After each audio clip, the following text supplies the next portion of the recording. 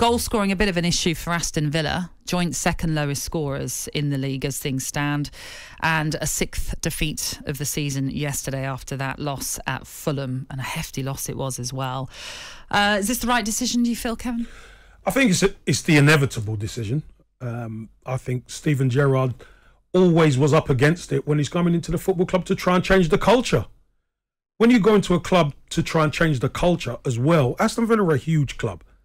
And they want to be up there at the summit to try and challenge for honours.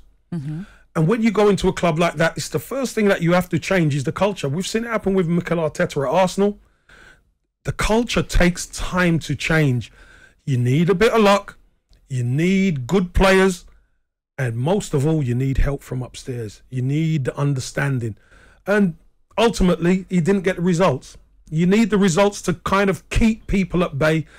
And you know what? Mikel Arteta survived really on some difficult games, some difficult losses. Mm. But him winning the FA Cup, I think, gave him some kudos, some brownie points. Where do you think Steven's gone wrong? If you can look back on his reign at Villa, was it a lot of it out of his hands? I mean, he had a bad end to last season, didn't he? And that's carried into this season, with the fans have more or less said, well, let's give him a chance this season. And well, it's not happened. But a lot of them hadn't even been won over by the end of last season, so they were already slightly anxious about this season, and this term certainly has not started well at all. I think Steven Gerrard went maybe a little bit wrong, because I think he believed in some of the players that weren't his.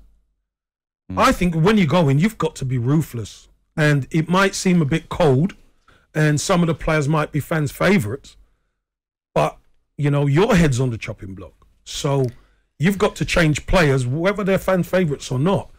You've got to get what you want, and you've got to get the people you believe can do the job in the building as quickly as possible. And I don't think he done that. I think he kind of worked with what he was given, maybe a bit too much.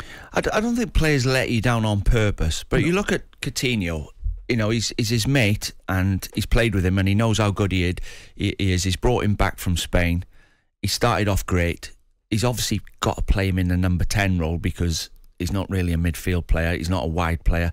So he needs to play him in that spare role where you just get the ball to him and he makes things happen. And for whatever reason, he's just let him down. Dino, I think we've seen flashes of Coutinho. Look, there's been games where Aston Villa have done well and Coutinho has really contributed. He's not on his own, by the way. No, I'm not just singling him out. It's just an example. Actually, I'm getting to that point, Dino, to be honest, because for Coutinho to do his job right, he needs a supporting cast to help him.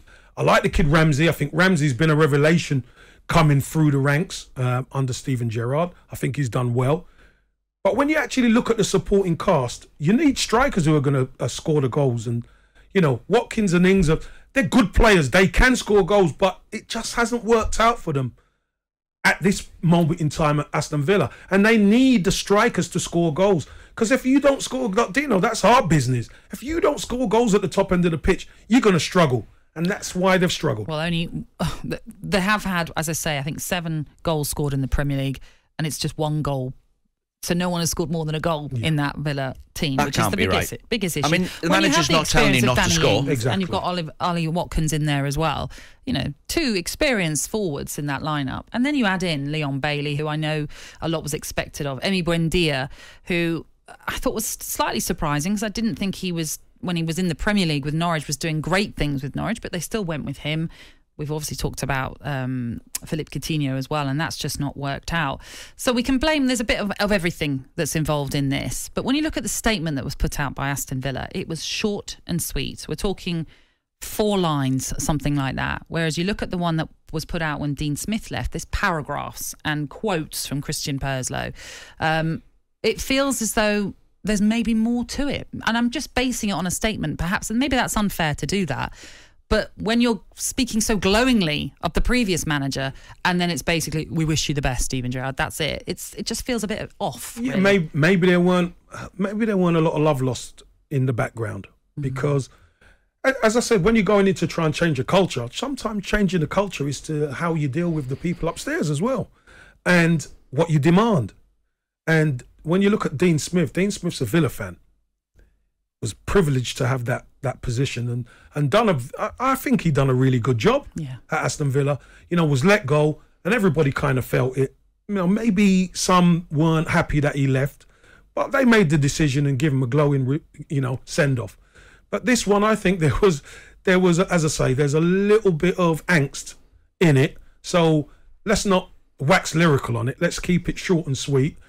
And when the fans turn, you best keep it short and sweet, because trying to crow on about somebody who the fans have turned against isn't great. I think they're both to blame. You know, you can look at the manager's role in it, right? Maybe he was playing a different system every other week, or he was playing different players and he couldn't get the team settled.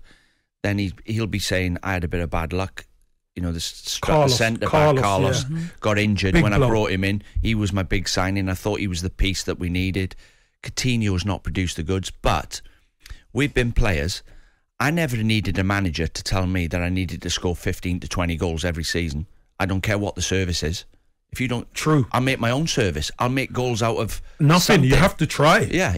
No manager tells you not to perform. So I think Buendia, Watkins, all the forward players, 7 goals this season.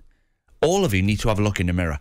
As well as the manager maybe undermining 100%. Players by leaving them out and then putting them back in. So I think it's a bit of both. Yeah, there has to be some blame taken from the front players. Because if you're not scoring goals, that's your job. Your job is to score goals. So I'm sure internally they're looking in the mirror and thinking, they're going to have to prove it for another manager now, aren't they? talkSPORT Breakfast with Alan Brazil. Thursday and Friday morning, 6 till 10. On AM, on DAB, via the talkSPORT app and on your smart speaker. talkSPORT.